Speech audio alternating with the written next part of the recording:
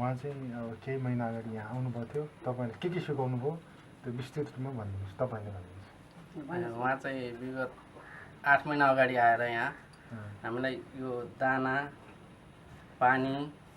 घाँस खुवाउने तरिकाको बारेमा चाहिँ बताउनु भयो दाना अलग खुवाउने पानी अलग घाँस अलग यसरी सँगो पानी अलग पानी सँगै त्यसरी खुवाउनु ट्राई गर्नु भन्नुभयो त्यो ट्राई गरियो अहिले हामी त्यसरी नै गरिरहेछौँ त्यो तरिका हजुरले चाहिँ गरिसकेपछि चाहिँ के भयो प्रयोगमा ल्याइसकेपछि के भयो त्यसरी गर्दाखेरि चाहिँ काम गर्न हामीलाई सजिलो हो एउटा अर्को त्यति फोहोर भएन अनि अर्को चाहिँ दुधको क्वालिटीमा अलिकति फरक पर्यो जस्तो फ्याट एसएनएफ अलि बढ्यो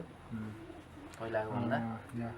यो तरिका अपनाउनुभन्दा अगाडि चाहिँ हाम्रो पर लिटर दुधको मूल्य चाहिँ 42 देखि 45 पर्थ्यो भने अहिले 48 देखि 50 पर्छ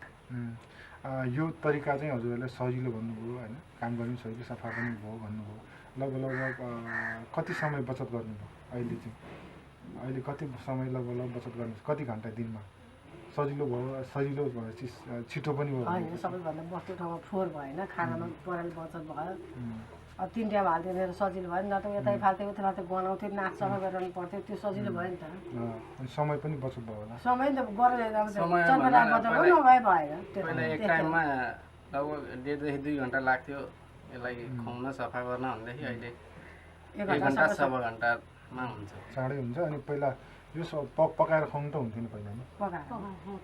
पकाउनुलाई दाउराहरू पनि खर्च पनि कम भयो नि दाउराहरू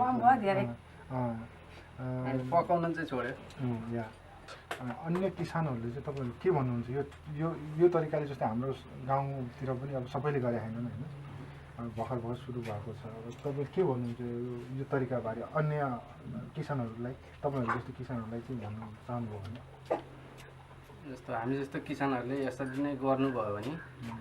आफूले सजिलोसँग गर्न सकिन्छ र गाईहरूले जसरी यो अलग अलग खुवाउँदाखेरि गाईहरूको ज्यानमा पनि लाग्छ जुन खाएको पच्छ अनि त्यो भएपछि दुध पनि त्यतिकै बढ्ने नै भयो काम गर्न सजिलो हुन्छ सफा हुन्छ गाईको कतिवटा 4वटा पेट के भन्ने कुराहरू अब हजुरहरूले सिक्नुभयो त्यसमा पनि अब खाने पानी चाहिँ शुद्ध अर्को पेटमा जान्छ दाना अर्को पेटमा जान्छ यदि मिसाएर खायो भने अर्को पेटमा जान्छ भने कुरा सिक्नुभयो होइन त्यस कारणले गर्दा दाना सबै एउटै पेटमा जान्छ पानी पेटमै त्यस कारणले गर्दा राम्रोसित पच्दैन भनेपछि यो टेक्निक चाहिँ एकदमै राम्रो छ अब यो ठिक छ यसरी मान्दैन हामीले मात्रै यहाँ सबैले भाषा दिदो घरमै खुवाएको छैन ठिकै छ